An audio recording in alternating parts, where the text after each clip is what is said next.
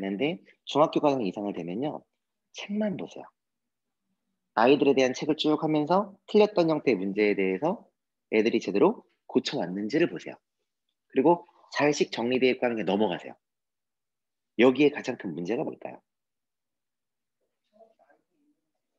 우리 아이들의 현 주소가 뭐였을까요? 그 책을 썼던 건 사실 뭐냐면요. 이게 되게 재밌는 게 수학이라는 형태의 부분의 본질적인 거를 아셔야 돼요, 우선 1번은요. 근데 지금 아이들, 제가 방금 말씀드렸던 형태의 이 포인트는 뭐냐면요. 대부분의 아이들은요, 학원에 가면 과제했던 부분에서 저 몇 번 몇 번 몰라요 라고 해서 번호를 얘기하면요. 선생님들은 그 문제를 풀어줘요.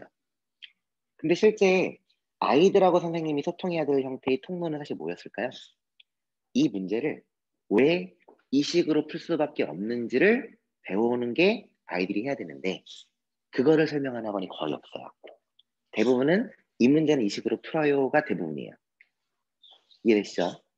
근데 그 식이 나온 이후의 과정은 사실 연산 과정이에요. 연산 과정을 통해서 쭉 계산해 나가는 과정을 아이들은 마치 이해했다고 얘기를 해요. 그리고 그 다음 애들은 뭐예요? 거의 90% 이상이 받아 적습니다. 다시 풀어보는 게 아니고요. 뭐 한다고요? 받아 적어요. 이해되세요? 받아 적었으면 사실 집에 가서 뭐 해야 돼요? 자기가 이걸 제대로 이해했는지 다시 풀어봐야 되죠. 다시 풀어본 애들은 10% 미만이에요. 제가 방금 말씀드렸던 포인트가 뭐냐면 어머님들은 확인하고 계신 게 뭐라고요? 이해되세요? 실제 학원에서 수업을 듣고 나서 받아 적은 거를 그대로 보시는 거예요. 그리고 우리 아이가 하고 있구나라고 생각을 하시는 거예요. 이해되시죠? 실제 제가 목동에서 학원도 13년째 운영을 하고 있는데 상담을 할 때마다 정말 많은 어머님들이 상담을 했을 거 아니에요? 설명회도 마찬가지고 어머님들이 가장 많이 얘기하시는 것 중에 하나가 뭔지 아세요? 본지 오래돼서 까먹은 것 같아요 라는 얘기를 많이 해요. 그죠? 우리 아이가 1학년 걸 본지 오래돼서 3학년 건 성적이 잘 나오는데 1, 2학년 건 성적이 안 나오면 본지 오래돼서 까먹었어요 라고 얘기하세요. 맞는 말일까요? 왜요? 왜 틀린 말일까요?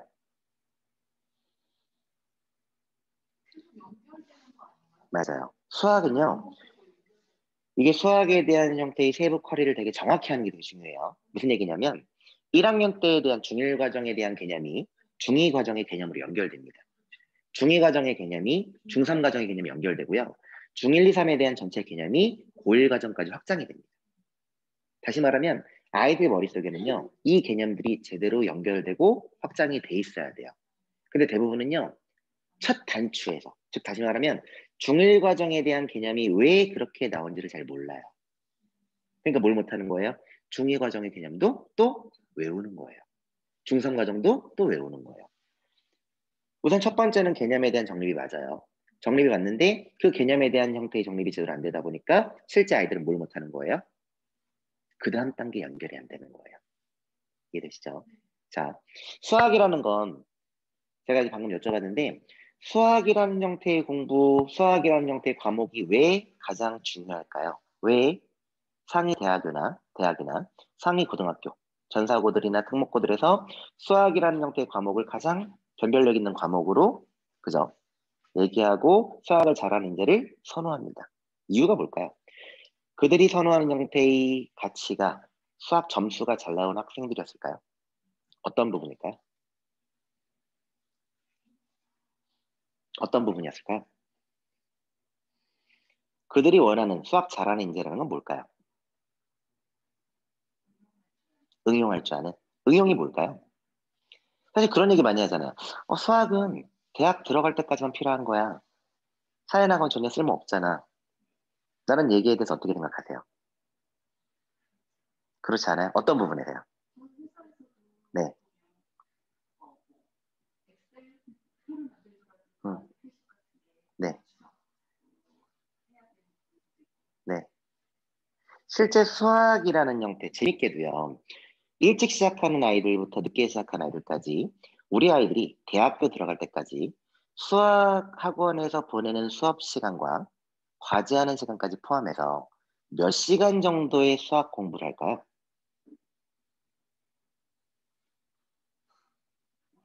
적게는 5,000시간이고요. 많게는 10,000시간이에요. 근데 우리 성인들 그런 얘기 있잖아요. 1만 시간의 법칙. 들어보셨죠? 그죠? 10,000시간이 되면 뭐가 돼야 돼요? 그 분야의 전문가가 돼야 돼요. 과연 우리 아이들은 수학 공부하는 5,000시간에서 10,000시간 동안 어떤 부분의 전문가가 돼야 될까요?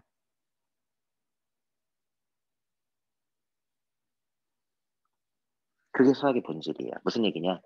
수학이라는 형태의 과목을 통해서 아이들은 하나의 역량, 하나의 습관이 형성이 돼야 돼요. 어떤 습관이냐? 실제 이렇게 보시면 돼요. 사회에 나가서 어떤 형태의 상황이 주어졌는데 그 상황에 대해서 가장 효율적인 해결책을 찾을 수 있는 능력. 이해가세요? 그게 수학을 통해서 길러집니다. 어떤 부분이죠? 효율적인 사고 습관.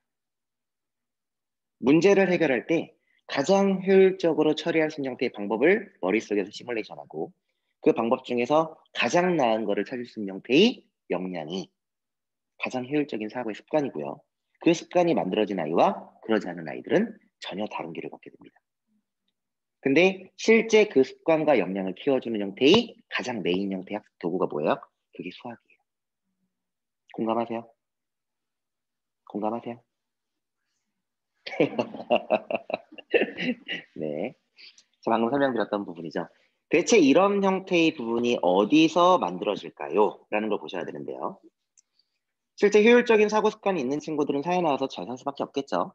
그죠? 자, 요 표를 잘 기억해 보시면 돼요. 무슨 얘기냐? 한번 보시면 아이들이 문제를 풀 때요. 아이들이 문제를 풀 때 첫 단추, 처음 필요한 게 뭐예요? 우선 내가 이 문제가 어떤 형태로 구성, 어떤 개념으로 연결되어 있는지 알아야 되기 때문에 첫 단추는 개념이 맞아요. 그죠? 예, 공감하시죠? 근데 개념을 쌓은 이후에 우리는 늘 개념이 중요하다 얘기하지만 그 개념이 이 문제를 통해 어떻게 확장되는지는 사실은 그 다음은 잘 몰라요. 이해되시죠? 자, 개념을 잡은 이후에 해야 되는 행동은 사실 뭐냐면요. 이 문제를 보는 순간 이 문제가 어떤 개념으로 구성된 문제인지를 볼 수 있어야 되고 1번. 그러려면 뭐가 충실해야 돼요? 개념이 정확해야 돼요. 이해되시죠? 그럼 개념들에 따라서 문제를 적용했을 때는 각기 다른 문제에 따라서 다른 조건들이 나옵니다. 실제 하나의 개념이 하나의 조건을 반드시 만들어요. 수학은요. 이해되시죠? 그럼 조건들이 나왔어요. 그 조건들을 가지고 우리 뭘 해야 돼요? 얘를 가지고 이 문제를 해결할 수 있는 형태의 방법들을 떠올릴 수 있어야 돼요. 이해되세요? 근데 그 방법은 한 가지일 수도 있고요. 두 가지 또는 세 가지일 수도 있어요. 그럼 그 다음 뭐 해야 되는 거예요? 이 문제를 해결하는 형태의 방법 중에 가장 효율적인 방법은 누구였을까까지 판단이 돼서 나오는 게 사실 뭐가 돼야 되는 거예요? 식이 돼야 돼요. 이해되세요? 즉 다시 말하면 실제 수학 공부하는데 아이들이 선생님하고 소통하면서 수학적 역량을 키워주는 형태의 과정은 방금 말씀드렸던 이 과정이에요. 근데 대부분은요. 이 과정을 잘 안 해요.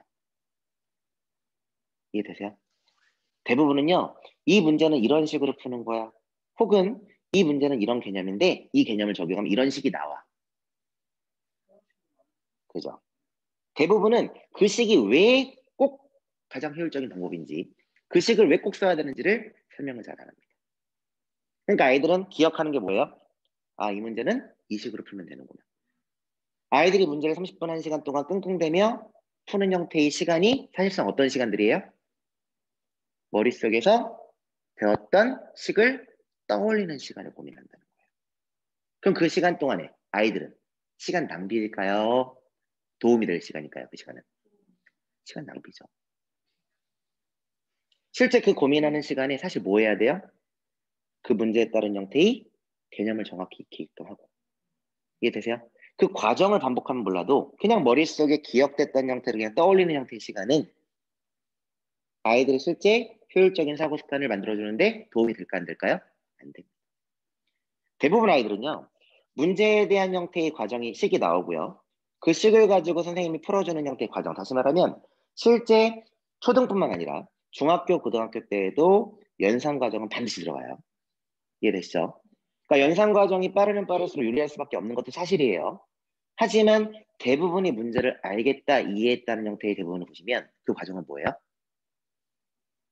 연산하는 과정에서 저 식은 이렇게 풀어나가는 게 맞지에 고개를 끄덕이는 거예요. 이해되세요? 그리고 마치 자기는 그 문제를 풀 수 있는 것처럼 생각합니다. 이해되세요? 하지만 그러니까 받아 적어요. 그럼 모르는 거 물어봐 하면 사실은 그 연산 과정에서만 궁금한 거를 체크하고 이제 질문하고 넘어가는 거예요. 이해되시죠? 근데 그러고 나서 막상 다시 본인이 문제를 풀려고 하면 풀려요, 안 풀려요? 안 풀려요. 어머님들 그런 경험 해보셨을걸요? 정석이랑 교재 한번 좀 보셨죠? 학원에서 정석에 대한 형태 내용 설명을 앞에 뭔가를 해줘요. 그리고 예제를 풀어줘요.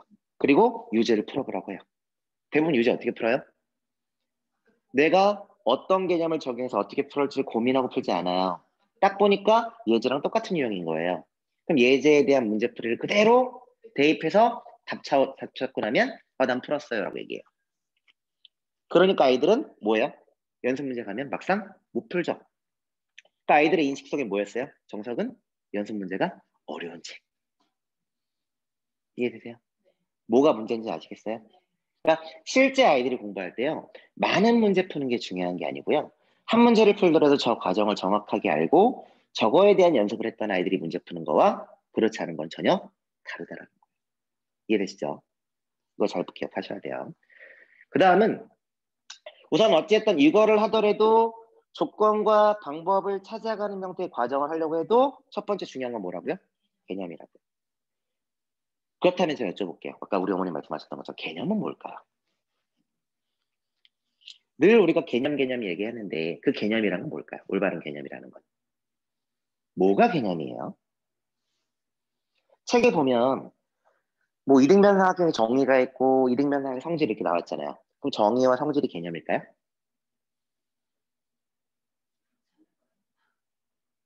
실제 근데 그걸 문제 어떻게 접목해요? 대부분은요. 책 앞단에 나와 있는 써 있는 형태의 내용 텍스트를요. 개념으로 착각을 합니다. 그러니까 뭘 못하는 거예요? 확장이 안 되고요. 외우는 거예요. 뭐가 개념이냐? 방금 제가 말씀드렸던 형태로 이등변사각형의 정의가 있고요. 성질이 있잖아요. 정의에서 성질을 찾아가는 과정이 개념이에요.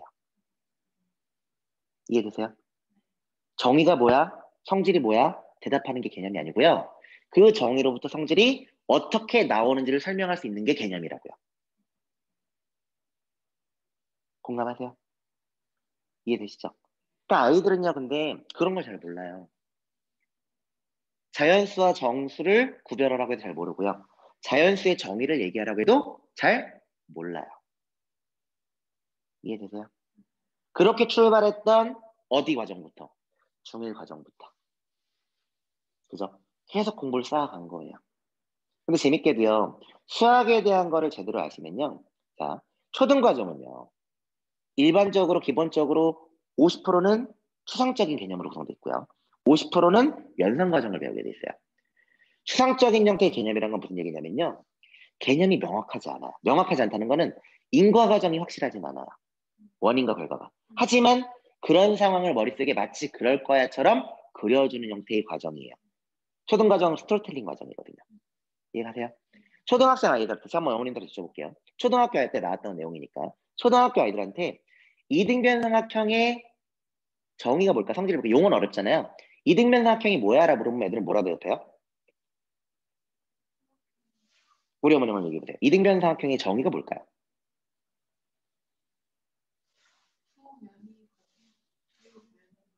제가 객관식 내볼까요? 1번은요.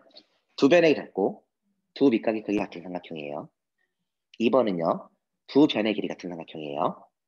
3번은요. 두 밑각의 크기 같은 삼각형이에요. 몇 번이 정의일까요?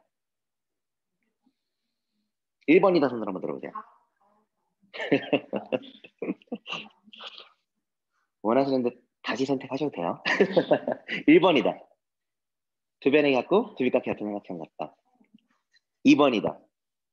3번이다. 자, 제가 전혀 이게 제가 말씀드렸던 게 뭐냐면 생뚱맞은 걸 얘기한 게 아니다 보니까 다 맞는 것 같죠? 그죠? 그러니까 사실은 정의와 개념을 구별 못하는 거예요. 한 번도 제대로 배워본 적이 없는 거예요. 이해되세요? 제가 그럼 그거보다 앞단 넘어가세요. 정의는 뭐고 성질은 뭘까요? 이게 재밌는 게요. 얘를 얘기하지 못하는 가장 큰 이유의 근원은 뭐였냐면요. 정의와 성질이 뭔지 구별을 못해요. 이해되세요? 정의가 뭘까요? 성질은요. 정의와 성질의 차이는 딱 하나예요. 증명할 수 있는 거냐, 증명할 수 없는 거냐. 이해되세요? 증명할 수 있으면 100% 뭐예요? 성질이에요. 증명할 수 없는 게 뭐예요? 정의예요. 증명할 수 없기 때문에 일반적 수학적 정의는 어디에 있느냐? 용어 그 자체에 있습니다. 이등변 삼각형이에요. 뭐예요? 그럼 보이죠? 두 개의 변의 길이가 같은 삼각형의 줄임말이에요. 이해되셨죠? 그럼 이등변 삼각형의 정의는 뭐예요? 2번이었죠. 두 변의 길이가 같은 삼각형이에요. 이해되세요? 얘부터 추적을 해야 되는 거예요. 그럼 제가 여쭤볼게요. 이등변 삼각형의 두 밑과 크기 왜 같을까요?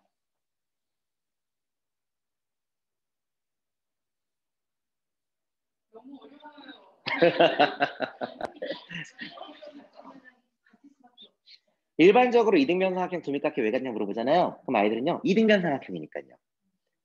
두 변의 같으니까요. 이렇게 얘기해요. 이게 인과관계가 있어요? 없어요? 없어요. 대부분이 알고 있는 데 개념이 다 그거라고요. 걘 개념이 아니라고요. 이해되세요? 그러니까 연결이 안 되는 거예요. 그러니까 개념을 갖고 문제에 적용을 못하는 거예요. 그냥 내가 인과과정도 없이 그냥 달달 외웠던 걸 갖고 문제에 적용하려고 하다 보니 전혀 해석이라는 게 안 되는 거예요. 이해되세요? 그래서 개념부터 다시 잡아야 된다는 얘기예요. 자, 초등학교 때도요 배웁니다. 똘똘한 초등학생 같아요. 이등변 삼각형 두니까 왜 같니 물어보잖아요. 그럼 애들이 이런 대답을 해요. 엄마, 이등변 삼각형은 선대칭 도형이야. 대칭축에 따라서 나눠진 삼각형을 겹쳤을 때 완전히 포개어져. 그러니까 같지. 초등과정 때 배우는 내용이에요. 기억하세요? 5학년 2학기 때 배웁니다. 근데 그 과정을요. 아이들은 어디서 연결해야 되냐면요. 중1 과정 때 첫 단원이 2학기 때 기본 도형이 작도예요. 작도를 통해서 모든 형태의 도형들을 해석합니다. 근데 중1 때 작도를요. 거의 대부분 우리 어머님 때나 과거에는요. 작도 순서만 익혔고요. 다음 중 작도 순서로 올바른 것은. 근데 재밌게도요. 그 작도를 통해서 나왔던 예를 들어 가장 쉬운 작도에 동일한 각을 주어지고 이 각 작도해봐 하면요. 임의의 선분 긋는다. 콤파스 돌린다. 여기서 돌린다. 뭐 이렇게 해서 작도해서 그면 동일한 각이야라고 얘기해요. 결론이 뭐냐. 그게 왜 동일한 각인지 설명을 아무도 못합니다. 이해되세요? 그냥 작도하면 마치 되는 것처럼 알아요. 그건 개념이 아니라고요. 즉 어머님들이 아시던 형태의 개념이 아니라고요. 그건 암기한 거라고요. 그냥. 그러니까 문제에 뭘 못하는 거예요? 효율적인 식을 찾아가는 첫 출발이 안 되는 거예요. 이해되세요? 우리가 일반적으로 기하 파트를 해석하는 모든 거는요. 뭐를 통해서? 작도를 통해서 해석합니다. 정의에서 성질을 찾아갈 때는요. 반드시 뭐를 통해서? 정의 해석 이후에는요. 작도를 통해서 합동 또는 닮음을 찾아야 돼요. 이런 경험 있으실걸요? 끙끙대면서 중학교 때, 고등학교 때 기하 파트 문제를 푸는데 잘 안 풀려. 그죠? 근데 나는 뭐 이 이상한 길이 각 다 쓰고 해서 안 풀려. 근데 선생님한테 물어봤더니 선생님은 보초선 하나 딱 걷더니 문제가 너무 쉽게 풀려. 경험 있으세요? 없으세요? 근데 중요한 게 뭔지 아세요? 안타까운 현실. 그 보조선 그니까 문제가 풀렸구나만 기억하실걸요? 그 보조선을 왜 그어야 돼? 왜 거기가 최적의 보조선이야? 한 번도 고민해 보신 적이 없다고요. 이해되시죠? 그런 연습을 해야 되는 거예요, 아이들은요. 그래서 작도라는 거는 작도법에 의거한 작도만 하는 거예요. 몇 개 없어요. 실제 많이 쓰는 거 4가지밖에 없어요. 이해되세요?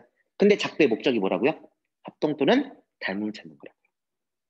그래서 아까 말씀드렸던 형태로 이등변 삼각형에 대한 형태의 초등학교 때 배웠던 건 뭐예요? 추상적 개념으로는 선대칭 도형이죠. 다시 말하면 아이들은 작도법을 배우고 나면 그 다음 나오는 삼각형의 성질의 첫 단원이 뭐예요? 삼각형 성질에서 이등변 삼각형이 나오는 거예요. 그럼 거기서 뭘 할 수 있어야 되는 거예요? 초등학교 때 머릿속으로만 그렸던 대칭축이라는 거를 중1 과정 때 배웠던 형태의 작도법에 의거해서 작도해 볼 수 있어야 돼요. 근데 그 작도할 수 있는 형태가 총 몇 가지나 있는지도 판단할 수 있어야 되고요. 그걸 통해서 결과에서 나오는 형태의 성질은 총 몇 가지인지 얘기할 수 있어야 돼요. 그게 정확한 개념이에요. 이해되세요? 왜 그렇게 공부를 해야 되느냐? 이등변 삼각형의 성질은 정확히 2개밖에 안 나오거든요. 근데 재밌게도 그 이등변 삼각형이 바로 연결되는 형태가 아이들 과거나 민사고나 이런 면접 때도 많이 나오는 외심이에요. 근데 외심을 정의 해석을 딱 끝내면 이등변 삼각형 새싹 나와요. 결론부터 말씀드리면 이등변 삼각형의 성질이 두 개밖에 없기 때문에 외심의 기본 성질 두 개밖에 없어요. 성질이 그대로 다 연결됩니다.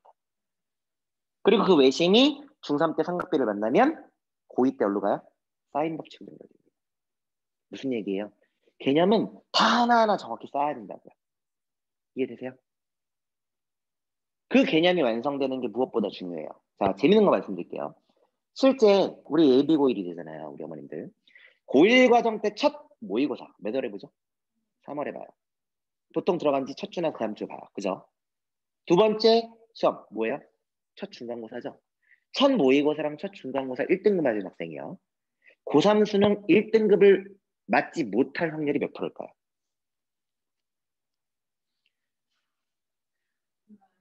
몇 프로일까요? 실제 그럼 반대로 물어볼게요. 두 번에 1등급 맞은 학생이 고3 수능 때 1등급 맞을 확률은 몇 프로일까요? 96%예요. 네. 근데 재밌는 사실이 뭔지 아세요? 수능의 출제 범위에 고1이 들어갈까요? 안 들어갈까요? 안 들어가요. 고2, 고3이에요. 이해되세요? 근데 왜 1학년 때 시험 결과물이 1등급에 그렇게 영향을 미칠까요?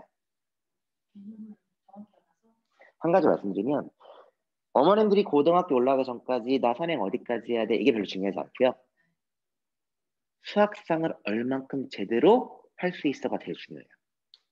근데 그 수학상은요. 자, 아까 보세요. 고1의 첫 모의고사 시험 출제 범위가 어디예요? 중학교 총정리 중등 전체예요. 왜? 고등학교 올라간 지 1, 2주밖에 안 된 애들이 고등과정 뭘 배웠겠어요? 이해되시죠? 중학교 전체 과정이에요. 고1 첫 중간고사 시험 범위 어딜까요? 실제 아래 보시면 고등학교 1학년 과정 보시면 곱셈 공식 인수분해 항등식과 나머지 정리 있죠. 이게 1, 2, 3, 4단원이에요. 5단원, 6단원이 실수책의 복수수예요. 자 보시면 1, 2단원의 곱셈 공식과 인수분해는 중3 때 했던 거죠. 그리고 확장된 형태의 과정으로 항등식에 대한 내용과 나머지 정리에 대한 게 나오겠죠. 그 다음 5단원이 실수체계예요. 실수체계에서는 중등과정 1, 2, 3학년에 나왔던 수체계를 다시 한번 리뷰해주고요. 그걸 통해서 6단원 뭘 배워요? 복소수를 배워요. 즉 중등과정 한번 리뷰하고 그 다음 때 확장하는 형태죠. 7단원은 1, 2차 방정식이에요. 8단원, 9단원이 판별식 및 근과 계수의 관계예요. 다 중학교 때 했던 내용이죠. 그 다음에 10단원이 2차 방정식, 2차 함수예요.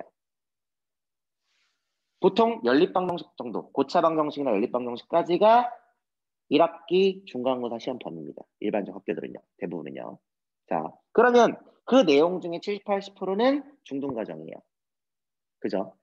근데 고등과정을 통해서 완성해야 될 거는요. 연산이 아니에요.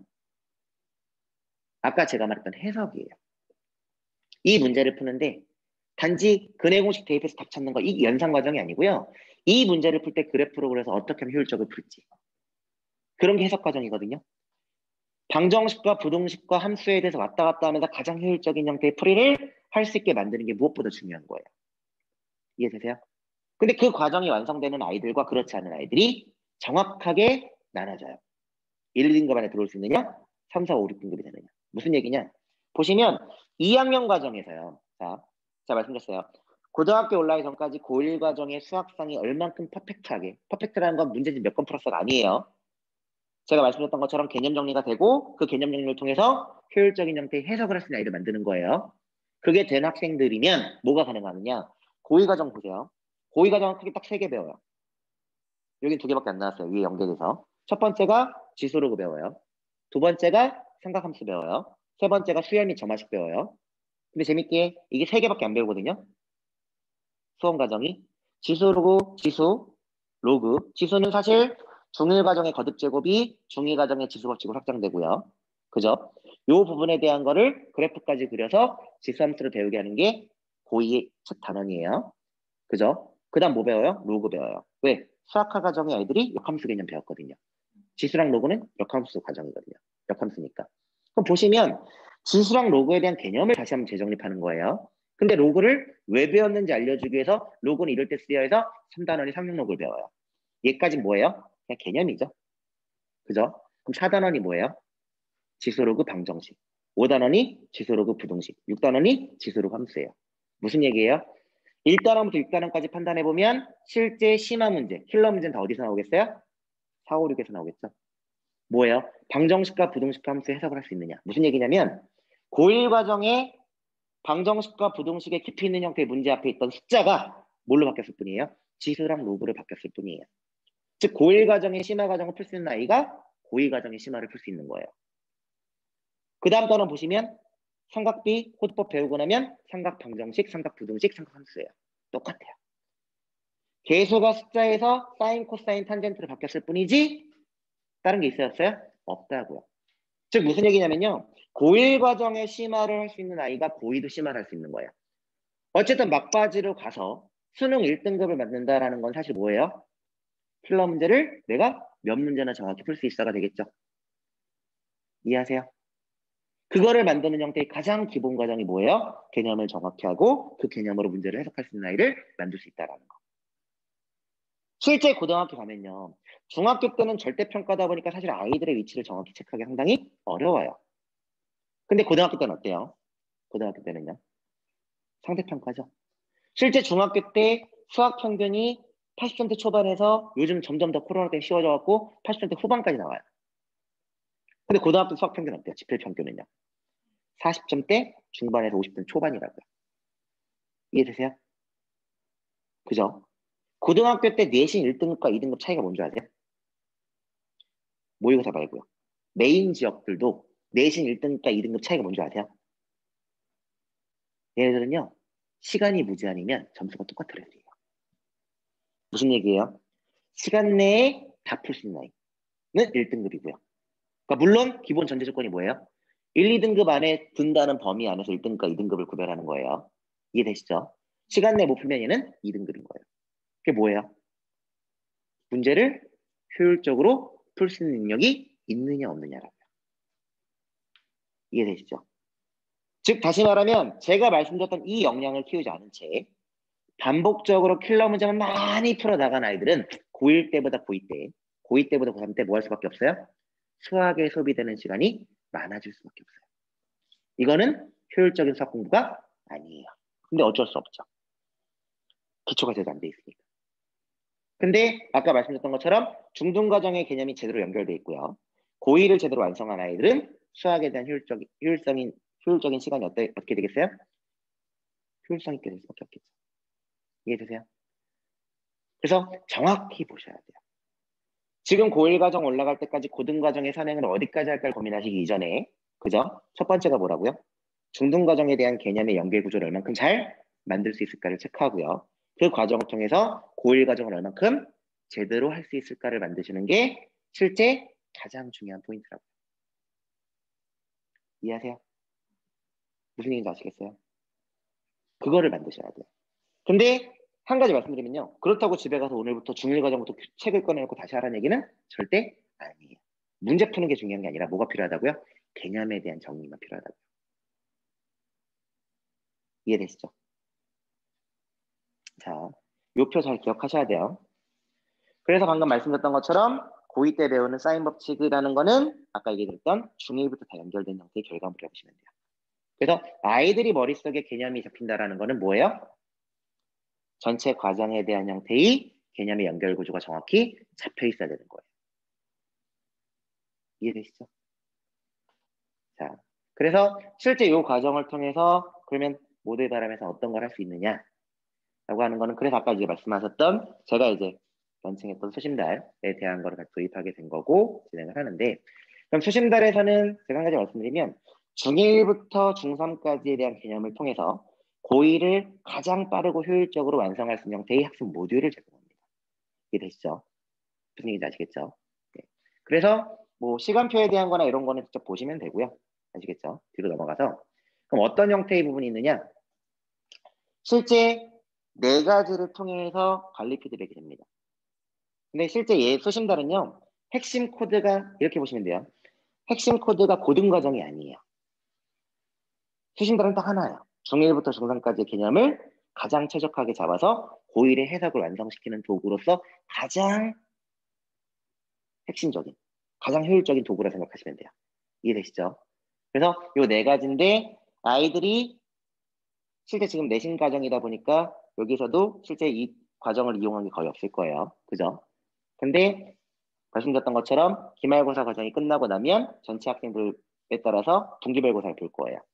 신입생은 입학고사, 기존 재학생들은 분기별고사를 보겠죠. 처음 보겠죠. 근데 요게 첫 시작이에요. 근데 얘는 아까 말씀드렸던 것처럼 3개월에 한 번씩 봐요. 3개월에 한 번씩 보면서 우리 아이들의 개념이 얼만큼 연결돼 있고 잡혀 있고 그 개념을 통해서 문제를 사고하는 형태의 힘이 얼만큼 잡혀 있느냐를 체크하는 게 KSCT예요. 아시겠죠? 두 번째는 프랩 과정 혹은 예비고일의 아이들의 이제 보충 과정. 어떻게 보면 앞단에 대한 개념을 다시 잡아주는 형태 과정이 있죠. 그 과정인데 실제 중1, 2 과정의 프랩 과정에서는 피드백 교재 GT를 쓰지만 예비 고1, 그러니까 예비 중3은 써요. 근데 예비 고1은 사실 저걸 쓰기에는 너무 시간이 오래 걸리겠죠. 그렇기 때문에 그런 학생들은 앱에서 저 GT 과정의 1단계, 좀 더 보여드릴 거예요. 1단계만 학습하면서 개념을 채울 수 있는 형태가 있어요. 그거를 하게 됩니다. 이해되시죠? 그러니까 예비 중3까지는 이 과정을 다 한다고 보시면 되고요. 예비 고1 같은 경우는 보시면 CT랑 GT, 그 다음에 수신달 어플만 일부 사용한다 생각하시면 돼요. 아시겠죠? 그걸 통해서 중등 과정에 대한 개념을 채울 수 있더라 보시면 돼요. 자, 뭐 정규 교재야 중등 과정의 교재니까 지금 신경 안 쓰셔도 되고요. KSCT라는 거는 요거는 이제 고등 과정, 수학 상에 대한 형태의 과정인데 하나의 문제에 대해서 그러니까 중등 과정은 철저히 개념으로 가고요. 고등 과정은 그 개념을 통해서 해석하는 형태의 방법들까지 확장돼요. 보시면 저 한 문제를 풀기 위해서 솔루션 1은 풀이법은 일부 뺐어요. 그냥 연립방식 푸는 거 노가다로 푸는 거예요. 솔2는 일반 교재의 포인트예요. 그냥 치역의 규칙성을 이용해서 규칙성을 갖고 4차 방정식에 대한 특징을 알고 그 특징에 따라 식수해서 푸는 형태 방법. 일반 정석에 있는 일반 풀이법이라고 보시면 돼요. 근데 솔3가 사실 치역과 정의역의 규칙이 전혀 없을 때, 그러니까 솔4는 정의역 규칙이 있을 때 푸는 방법이에요. 솔3는 치역과 정의역 규칙이 있을 때 규칙성이 없어도 풀 수 있는 방법이에요. 근데 재밌게도요. 근 몇십 년 동안은 솔1, 솔2만 활용됐었는데요. 사실 솔3, 솔4는 경시 입문 과정을 썼던 거예요. 과거나 영재고 갔던 아이들. 근데 재밌게 재작년부터요. 시중의 고1 교과서 자체의 보관법이라고 솔3가 들어왔어요. 왜 그러느냐? 아까 말씀드렸던 것처럼 그냥 문제를 유형만 익혀서 푸는 게 중요한 게 아니잖아요. 규칙이 없을 때도 얘는 어떻게 풀 수 있어서 배워야 되는 거잖아요. 그래서 그런 형태들이 실제 교과서에 들어옵니다. 이해되시죠? 그래서 그런 과정들까지도 다 해석법을 배울 수 있게끔 구성되어 있다고 보시면 돼요. 자, 근데 실제 이 과정에 대한 건 뭐 중등 아이들이 좀 봐야 될 형태의 포인트고요. 고등 아이들 같은 경우는 이거를 분기별로 보진 않겠죠. 아까 말씀드린 예를 속성으로 좀 내겠죠. 전체 개념에 대한 걸 잡아야 되니까. 그래서 전체 얘는 4단계로 되어 있어요. 첫 단계는 개념에 대한 게 나오는데 그 개념에 대한 거를 뭐 하는 거냐면 블랭크에서 채우는 거예요, 그냥. 즉 개념을 마치 독서하는 것처럼 내가 알고 있는 형태 개념을 총정리하게끔. 이해되시죠? 그리고 심화 문제는 그 개념을 통해서 푸는 형태의 문제로 구성되어 있어요. 그리고 3개월 뒤에 보는 형태의 개념 2는 힌트가 없어요. 그러니까 레벨 1에는 힌트가 있는 거예요. 레벨 2는 힌트가 없어요. 근데 그거를 예비 고1이나 예비 고1 같은 경우 어떻게 하겠어요? 3개월마다 하지 않겠죠? 이해되시죠? 뭐 주차별로 해서라도 빨리빨리 해야 되겠죠. 중등 과정 채우는 거니까. 그렇게 활용하면 되고요. 보시면 레벨 3는 블랭크가 늘어나요. 레벨 4는 서술이에요. 사실상 제가 말씀드리는 거는 레벨 4까지는 안 가셔도 돼요. 레벨 1, 5, 1은요. 하지만 레벨 3까지는 가실 수 있어야 돼요. 이해되시죠? 얘네들은 어떻게 구성되어 있냐? 아까 말씀드렸던 것처럼 아까 제가 설명드렸던 얘예요. 그러니까 중학교 2학년 2학기 실제 시험지예요. 보시면 그냥 앞가는 개념 이 과정을 풀기 전에 네가 적어도 이건 알고 출발해. 근데 아까 설명드렸던 것처럼 정의의 성질 찾아가는 과정의 작도를 통해서 합동 또는 단문차를 찾아간다 써있죠. 저 밑에 잘 보시면요. SAS 합동이라 써있고요. 합동이 되는 순간 SAS 때문에 합동이 되는 순간 SSA, AA 다 타되죠. 그죠? 근데 SAS 때문에 합동이에요. 결과적은 뭐예요? SAS를 지운 ASA가 돼요. 이거 갖고 다 성질 찾거나 문제를 푸는 거예요. 그 ASA 중에 하나로 문제를 풀면 쉬운 문제가 되는 거고요. 두 가지 또는 세 가지로 풀면 좀 더 어려운 문제가 되는 것 뿐이에요. 즉 그런 형태로 인과관계가 다 연결돼야 되는 거예요. 옆에 잘 보시면요. 아까 제가 설명해 드렸던 형태의 뭐가 나오는 거예요? 2등변 1번 문제가 보시면 3개로 돼 있어요. 뒷장까지. 2등변사각형의 성질, 정의로부터 성질 찾아가는 과정을 설명한 거예요. 근데 첫 번째 거는 가계 이등분선 작도를 빼고요. 두 번째는 서선해배 작도한 거고요. 세 번째는 중선 작도란 거예요. 결론은 뭐냐? 합동 조건만 달라요. 결과 해석은 동일하다는 거 보여준 거예요. 그리고 얘는 결과 해석을 했을 때까지 보시면 연산량이라는 게 동일해요. 즉 무슨 얘기예요? 아이들이 이 개념을 배웠을 때는 뭐 하면 되는 거예요? 어떤 방법으로 해도 상관없어만 배우면 되는 거예요. 이해되시죠? 그래서 그런 과정으로 보시면 밑에 힌트에서 다 채워넣게끔 돼 있죠. 이등변사학이 끝났어요. 그 다음 뭐예요? 외심. 이등변사학의 성질이 정확히 두 개니까 외심의 성질도 몇 가지예요? 두 가지. 이해되시죠? 그 찾아가는 과정을 그대로 녹여놓은 거예요. 외심 배웠으니까 그 다음 뭐예요? 내심 성질 찾아가는 거. 실제 보시면 이런 형태 입학 테스트를 보신 적이 없으실 거예요. 그죠? 실제 문제가 어때요? 10문제인데 그 다음 사각형 성질이니까 평행사변 찾아가는 거 나오죠. 즉 교과과정상의 아이들이 알아야 할 형태 필수 개념에 대한 게 전체 다 정리되어 있어요. 무슨 얘기예요? 문제집 푸는 게 아니라 실제 요 KSCT만 마스터해도 아이들이 중등과정 개념이 어떻게 되겠어요? 잡히겠죠. 이해되세요? 그래서 실제 아이들이 알아야 할 형태의 전체 과정에 대한 걸 정리해 놓은 거고 아까 말씀드렸던 것처럼 레벨 3 정도까지 즉 블랭크가 늘어났을 때도 할 수 있는 아이. 레벨 4까지 가면 아주 그레이트 하겠죠. 서술형인데. 근데 그렇게까지 바라보기에는 사실상 예비 고1 아이들은 아주 극상위권 아니면 어려워요. 이해되시죠? 그렇게 보시면 돼요. 전체 과정 찾아가는 형태의 모든 과정에 대한 있는 거고요. 그 시험지 보시면 그게 2학년 2학기 그냥 한 시험지 하나예요. 그러니까 양이 엄청 많습니다. 그리고 심화 과정은 어떻게 되어 있느냐? 이렇게 기본 과정 1번에 이등변사 성질 찾아가는 형태 개념이 있었죠. 그 개념에 대해서 문제 푸는 게 심화 문제예요. 제가 아까 말씀드렸던 것처럼 이거의 목적은 하나예요. 개념을 총정리해주고 그 개념을 갖고 문제를 풀 수 있는 사고 능력이 얼만큼 연결될 수 있느냐를 체크해주는 도구라고 보시면 돼요. 이해되시죠? 그래서 예위 중3 같은 경우는 이 과정을 그냥 일반 프로세스로 가요. 입학 테스트 보고 나서 분기별로 하는 형태로. 근데 예비 고1 같은 경우는 보통 고2, 아까 말씀드렸던 것처럼 3월 들어가기 전까지 2월 말까지 이 과정을 마스터시킵니다. 이유가 뭐예요? 3월 모의고사 준비. 이해되시죠? 그게 일반적인 형태 학습 도구라고 생각하시면 돼요. 그리고 두 번째는 GT인데 아까 말씀드렸던 것처럼 아이들에 대한 개념을 제대로 잡아주는 걸 정확히 체크하는 게 무엇보다 필요하잖아요. 그래서 예비 중등 같은, 즉 중등 같은 경우는 예비 중상까지는 얘를 전체 다 한다고 보시면 돼요. 근데 예비 고1은 얘 1단계, 2단계 정도만 해요. 그냥 문제풀이 반복적으로 하는 거는 각각 선생님들이 판단하셔서 필요한 형태 단원만 하게끔 돼 있어요. 이해되시죠? 그래서 보시면 똑같아요. 개념학습 및 적용 사례를 전혀 모른 채 반복적 문제푸는 행동 하지 말라는 얘기가 똑같은 얘기예요. 근데 얘를 이 GT라는 건 피드백에 매일매일 하는 거예요. 이해되시죠? 학원 오는 날마다 하시는 거라고요. 수업 끝나고 나면. 그래서 얘는 어떻게 되어 있느냐? 기본적으로 3단계 학습이 되어 있어요. 그 중에 1단계 학습이 현재 앱에서도 할 수 있다는 거예요.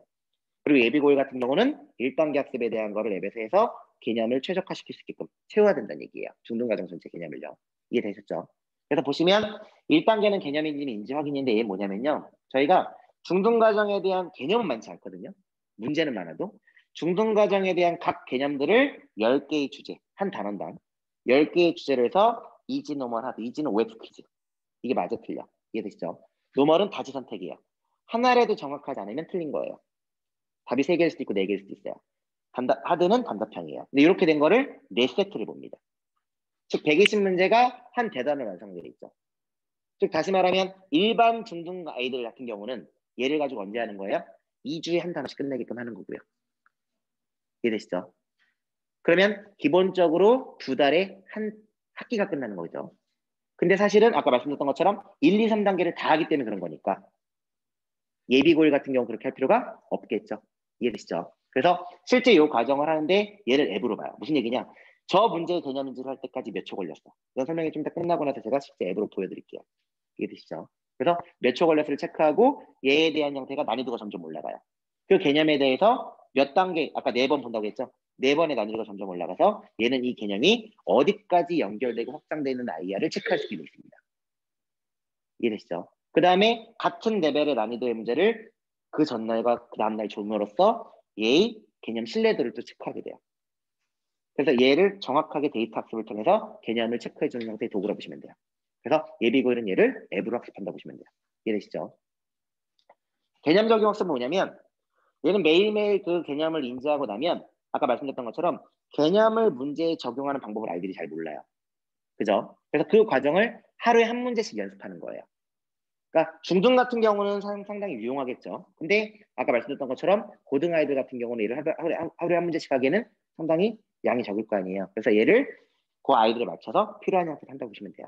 그래서 개념 적용학습은 예시 문제가 딱 그렇게 보시면 돼요. 하나의 문제에 대해서 그 문제를 풀 때 필요한 개념을 주어지고요. 그 개념에 따라서 풀이법 두 가지를 보여줍니다. 이해되시죠? 풀이법 두 가지를 보여드리고 일반 중등 같은 경우는 베이직 버전이 또 있어요. 그건 뭐냐면 이 풀이법 두 가지를 정확히 읽어보는 게 목적이에요. 읽게 하는 게. 그래서 그 두 가지에 대한 이유를 쓰는 거예요. 어땠는지. 그리고 3월달 이후부터는 뭘 해요?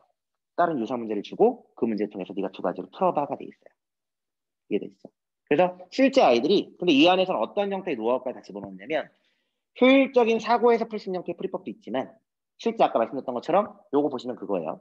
보조선을 자, 이 문제를 풀 때 평행선을 그으면 닮음 찾을 수 있어 라고 했는데 평행선을 어디 위치에 그는 거에 따라서 문제 푸는 연산량이 달라지느냐 이런 것까지 다 체크할 수 있게끔 만들어 놓은 형태의 도구라고 보시면 돼요.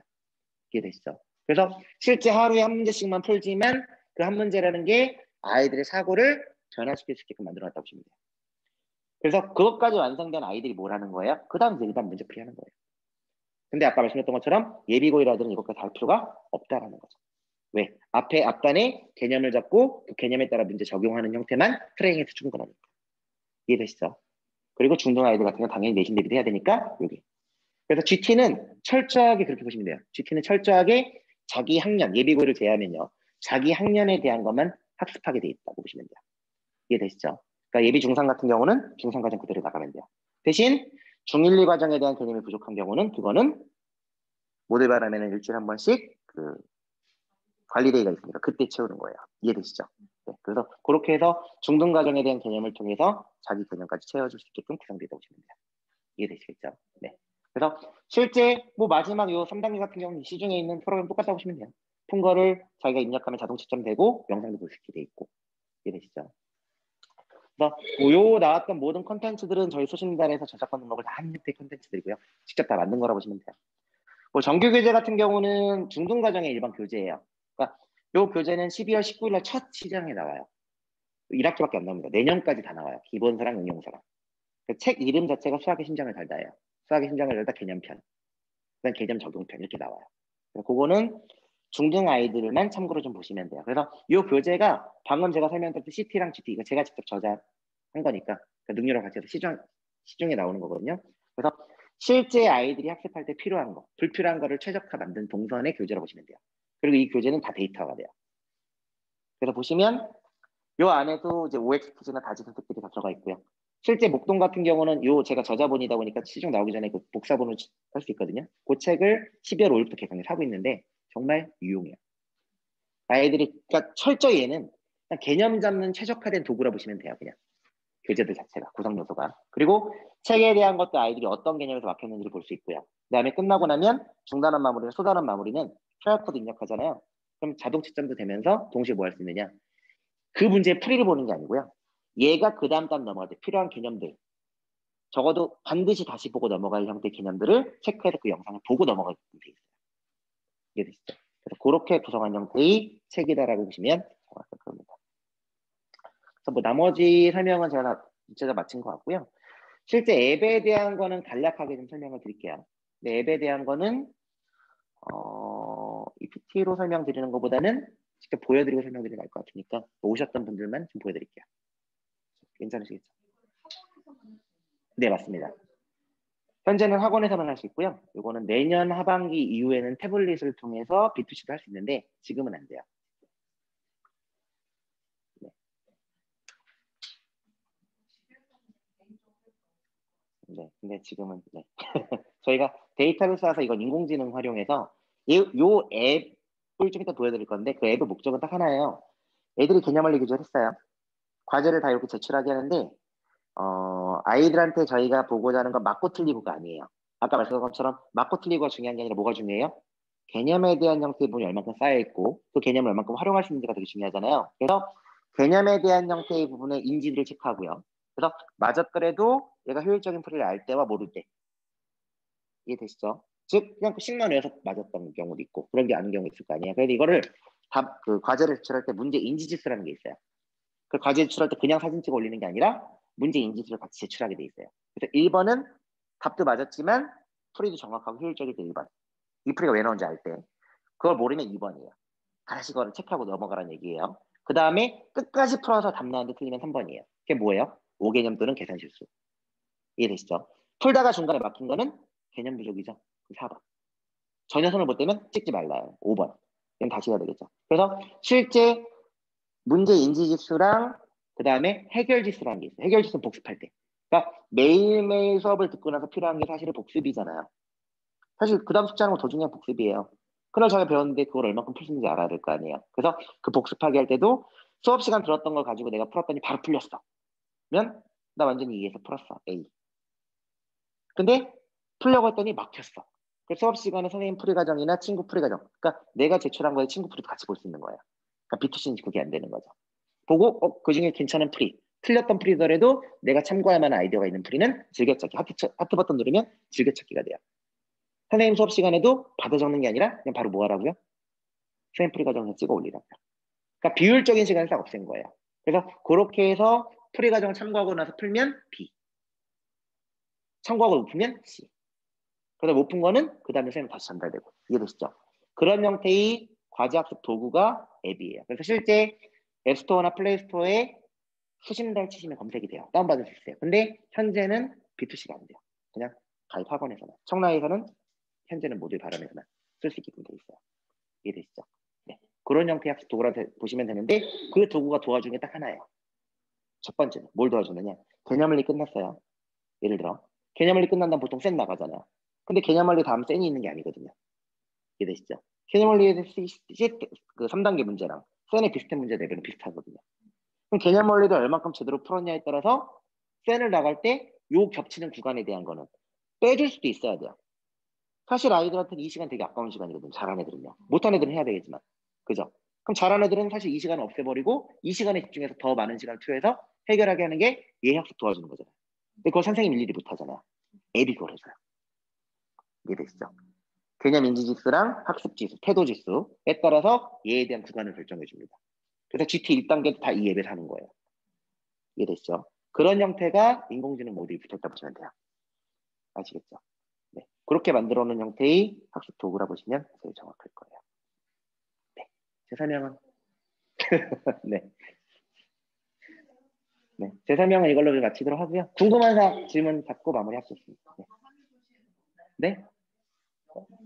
영 정도는 아직은 없습니다. 네. 근데 빠르게 런칭은 될 거예요. 네. 다른 궁금한 사항 있으세요? 편하게 질문하셔도 됩니다.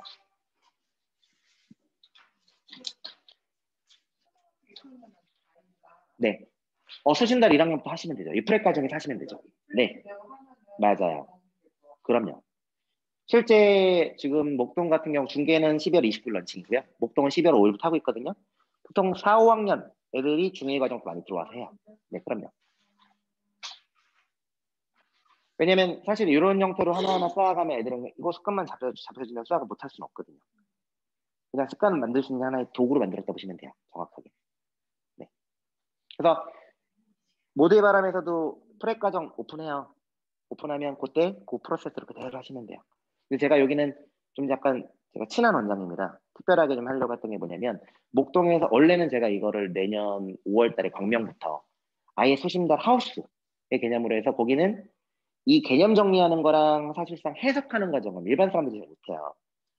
그잖아요. 그냥 문제풀이는 누구나 하지만 개념 설명을 체계적으로 아까 했던 것처럼 다 잡아주고 해석하는 과정은 거의 못한단 말이에요. 그래서 그 과정은 제가 목동 중계에 찍어놓은 영상을 편집해서 개념 보게끔 하는 관을 오픈하려고 하거든요. 그래서 필요하면 요 오픈할 때 문제풀이 말고 그 앞단에 대한 거는 영상을 보고 할 수 있는 형태의 구조도 한번 제가 이제 프레까지 할 때 언젠가 상의해서 한번 도움 드릴 테니까 그렇게 활용하시면 좋지 않을까 싶습니다.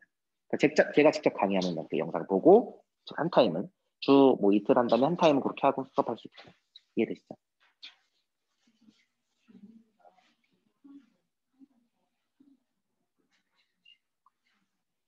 네. 또 궁금한 거 있으세요?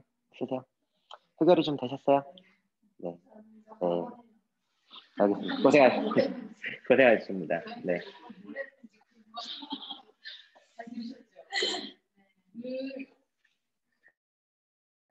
좋은데 진짜로 제가 여기 와서 느낀 거는 공부는 제대로 해야 되는 거고 시험도 지금 저도 들으면서 저희 아들은 중학교 때 개념을 제대로 시켰던가